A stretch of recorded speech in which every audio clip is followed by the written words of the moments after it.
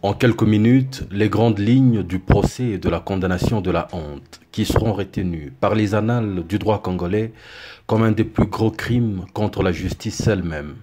La victime, Moïse Katumbi Tchapwe, son bourreau apparent, la face visible de l'iceberg, la juge Chantal Ramazani, président du tribunal de paix Lubumbashi Kamalondo.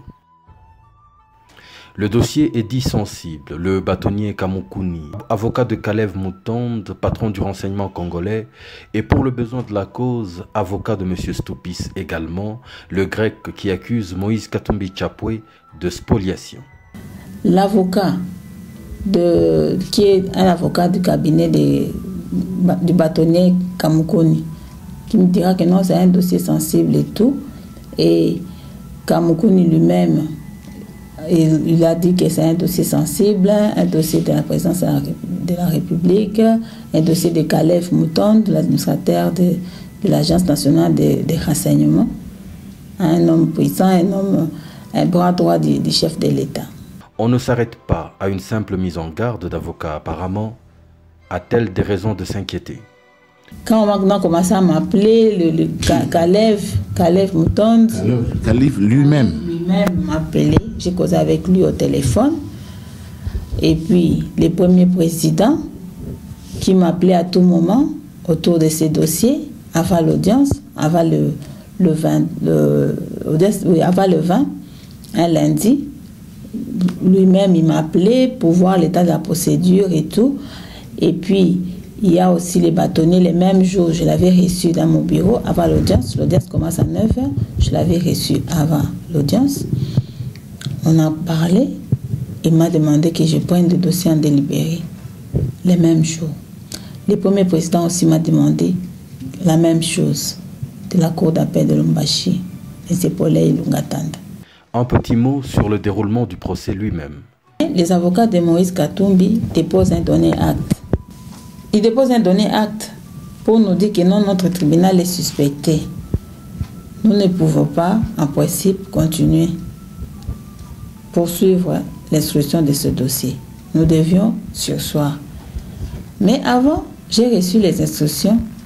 Le premier président m'a demandé de ne pas faire attention à ces données actes. En quelques mots, que dit la loi sur ce que l'on appelle donner acte? En principe, lorsqu'on signifie un donné acte déjà signifié au tribunal, un donné acte déposé, en principe, lorsque vous présente, la loi dit que c'est par simple production. Lorsque vous présente seulement les données actes, vous devez surseoir. Le tribunal saisi doit surseoir. C'est ce que dit la loi. La procédure doit être arrêtée à notre niveau, au niveau du tribunal de paix. On ne pouvait pas connaître ce dossier. Mais comme j'ai reçu des instructions, comme quoi il fallait passer outre ces données actes, ça a créé des problèmes dans la salle. Mais j'étais obligée de demander aux avocats de Moïse Katumbi de quitter la salle. Ils ont soulevé d'autres exceptions comme, pour nous dire que non, mais il n'est pas là au pays, là, il a reçu l'autorisation, tout ça. On n'a même pas tenu compte. Ça m'a demandé de quitter la salle. Madame la juge a-t-elle conscience que cette procédure violait la loi? Oui, je savais que c'était illégal. Même mes collègues n'étaient pas d'accord avec ça. Devant un donné acte, on ne pouvait pas. Et pourquoi continuer, malgré elle? L'ombre du chef hiérarchique est apparemment omniprésente. Oui, mais parce qu'il m'a bien dit que le président de la République suivait très bien ces dossiers. Et il était à Lubumbashi, il suivait bien l'audience, le président de la République. Et c'est vérifiable. Il était à Lubumbashi en train de suivre. J'étais obligée j'étais obligée d'obéir à ses ordres. Comment voulez-vous que je passe outre tout ce qu'on était en train de me demander? Je ne devais pas. Je suis quand même mère de famille, j'ai une grande famille, je ne pouvais pas. On a peur, on ne sait pas ce qui va arriver. On s'est dit, je ne dois que faire ce qu'ils vont me demander pour ne pas perdre mon travail. C'est ça, la perte de ce travail-là. Nous ne vivons que par notre travail. Donc, j'avais vraiment peur de perdre mon travail aussi. Et si on abordait la question de fond? Nous avons pris le dossier en délibéré. Nous n'avons pas eu le temps nécessaire, matériel, de connaître de ce dossier et voir le fond et donner notre intime conviction du juge. Nous ne l'avons pas fait. Parce que c'est un dossier c'est un dossier traité comme si c'était un dossier, comme si c'était en matière de flagrance. Donc vous prenez le dossier directement, vous devez prononcer un grand dossier volumineux. Nous n'avons pas eu, nous les juges, le temps de lire, mais au fond, il y avait déjà une prescription, parce que c'est un dossier qui date d'il y a plus de 10 ans. Les actes, l'usage d'abord, faux et usage de faux. Le faux était déjà prescrit, l'usage, n'en parlons pas. Si ça ne tenait qu'à moi, on devait dire que c'est vraiment un dossier, déjà, une affaire déjà prescrite. Hein. Mais on ne nous a pas donné le temps de dire ça, de se prononcer dans ce sens-là. Malgré tout cela, vous décidez quand même. Nous n'avons pas pris la décision. La décision nous a été dictée par le premier président. Ça nous a été dicté par le premier président. Il dit, pour ce dossier, vous devez les condamner à 3 ans de prison. Vous devez, il doit payer une amende de $1 million. Mettez aussi, ça doit être assorti d'une clause d'arrestation immédiate. Ça venait de lui. Et une arrestation immédiate, je ne vais même pas poser la question, mais l'arrestation immédiate, comment est-ce qu'on doit la motiver? Pourquoi l'arrêter comme ça? On doit mettre cette clause. Hein? Il a une résidence connue, tout ça. Est-ce qu'il va fuir? C'était ça ma préoccupation. Il a dit non, mettez seulement cette clause d'arrestation immédiate. C'est comme ça que ça s'est passé. Les juges ne se sont pas... Donc, on a signé ces jugements contre la loi. C'est la violation du règlement des cours et tribunaux et parquets. C'est comme ça. Nous avons violé la loi. Et si l'on cherchait une explication à l'attitude de son supérieur et sur le climat général dans lequel le travail se déroulait? Il était en train de protéger aussi son fauteuil du premier président de la cour d'appel de Lubumbashi, comme le chef de l'État était là, comme c'est un dossier de la présidence, comme c'est un dossier de Caleb Mutonde. C'est comme ça qu'il nous a... En fait, il était en train de causer là au téléphone à tout moment, avec entouré aussi des militaires et tout. Il était là en train de causer, de nous demander de signer en présence de tous ces gens-là. Et nous avons, en fait, c'est même le même jour, quand le collègue a refusé de signer, il nous a reçus avec les collègues. Les collègues, malgré le fait qu'il nous a reçus, mais les collègues, je ne vais pas citer son nom, de toute façon, les collègues a refusé. Il a fermé son téléphone. Vers 18h, 18h30, il est parti. Nous sommes restés avec la collègue qui est à côté de moi et le ministère public. L'autre a fui. Il a pris son téléphone, il a éteint. Le premier président, je l'ai informé de ce qui s'est passé. Comme c'était dans mon bureau, je l'ai appelé. Non, je suis monté, je lui ai dit non, il y a un juge qui est parti. Qu'est-ce qu'on fait? On ne s'est pas prononcé dans ces climats. Il me dit non, prononcez seulement. Mais amenez-moi, donnez-moi l'adresse de votre collègue. Donnez-moi sa photo. Donnez-moi son dossier physique. Et tout ça, ça nous a fait peur. Quand on commence à demander le dossier physique, la photo du juge, l'adresse du juge, la nuit, c'était vers 19h30. C'est comme ça que ça s'est passé. Il y avait apparemment des gens qui en savaient plus que la juge, des sortes de prophètes ou des devins. La population peut remarquer que le 21, bien que le jugement n'était pas signé, mais c'était déjà annoncé sur la chaîne télévision 50, comme qu'on avait condamné Moïse à 3 ans de prison. Mais un dossier qu'on n'a même pas, on n'a pas remis au greffe. Les gens n'ont pas encore pris connaissance. Mais déjà la télévision de Kinshasa, nous à Lubumbashi, mais la télévision de Kinshasa a annoncé déjà que non, on l'a déjà condamné. C'était vraiment une affaire montée de toutes pièces. Finalement, le collègue en cavale finit par signer. Mon collègue a en fait signé le lendemain. Et comment? Je vais vous dire. Le procureur général a envoyé l'avocat général Mikobi avec des agents. Le tribunal était vraiment paniqué. Les juges ont fui. C'était terrible. Parce qu'il ne connaissait même pas l'autre collègue. Alors, il est venu comme ça, il est venu les prendre. C'était terrible. Et moi, à ce moment-là, j'ai envoyé un texto au premier président pour dire que non, les collègues viennent de signer. Ça, c'était le 22. Mais déjà, on avait déjà annoncé sur Télé 50 que non, on a déjà condamné Moïse à autant d'années. Ce n'est pas normal. Et pourquoi cette sortie, Madame la juge? Moi, en fait, si je suis en train de dénoncer tout ça, c'est pour faire... C'est un problème de conscience. C'est pour faire voir aux gens ce qui m'a rongé, ce qui m'a fait mal, ce que j'ai vécu. Hein? Je dis que j'ai eu mal. Hein?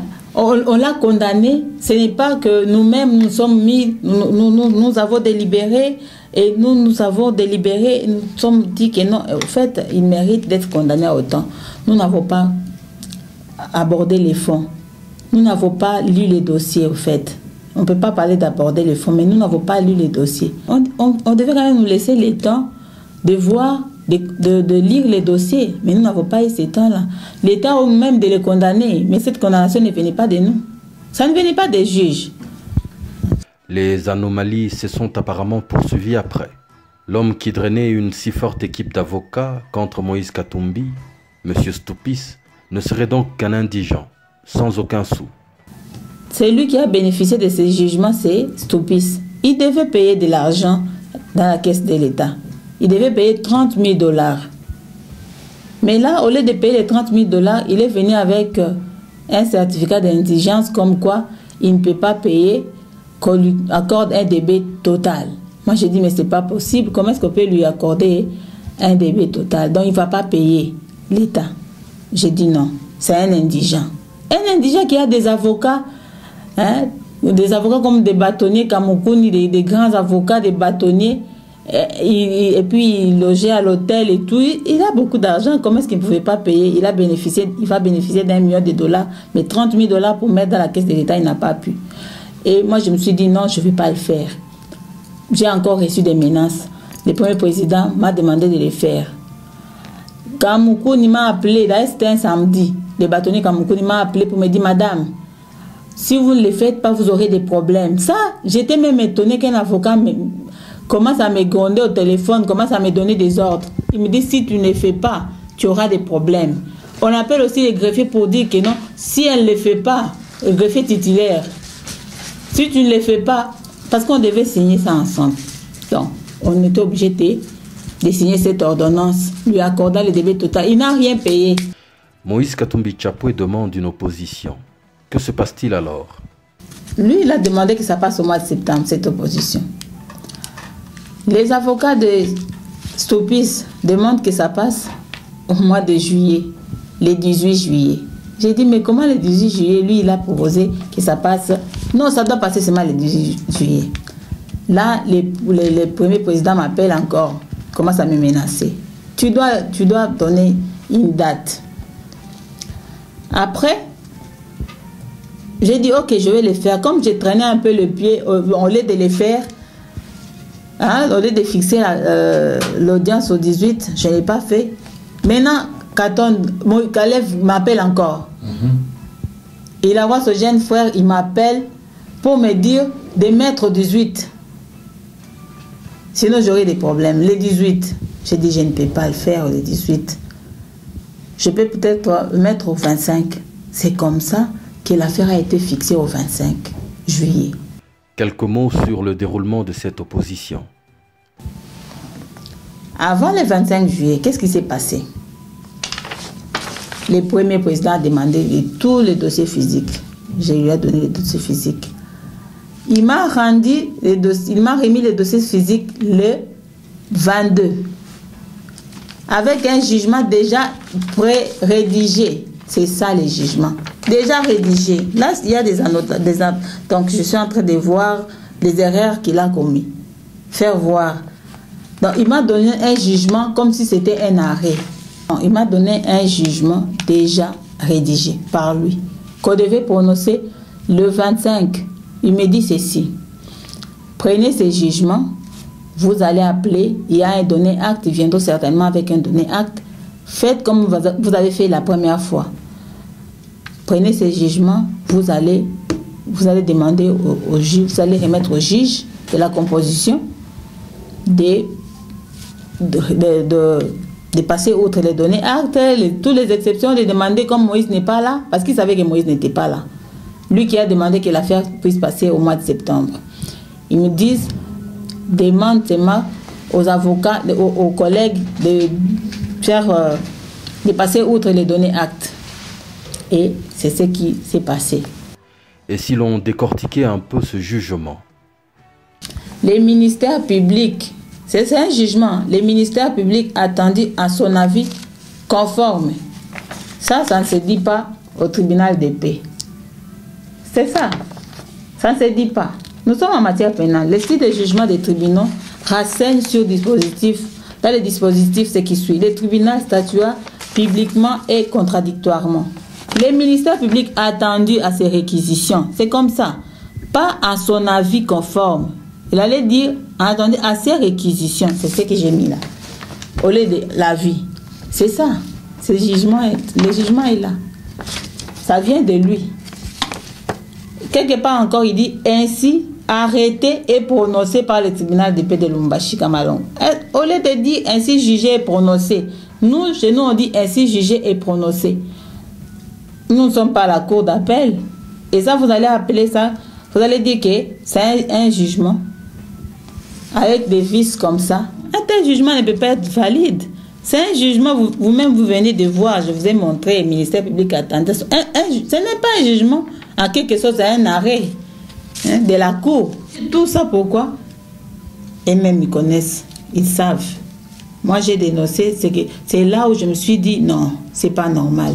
Et qu'avez-vous fait, madame, après tout ceci? Non, j'ai décidé d'écrire, pas de m'enfuir. J'ai décidé d'écrire, de dénoncer tout ça au ministre de la Justice. J'ai écrit, demandant dans la lettre que ma signature soit retirée parce que ma signature a été estorquée. C'est ça. Monsieur le ministre a-t-il réagi? J'ai préféré m'adresser au ministre de la Justice. Mais jusque-là, malheureusement, il n'a pas répondu.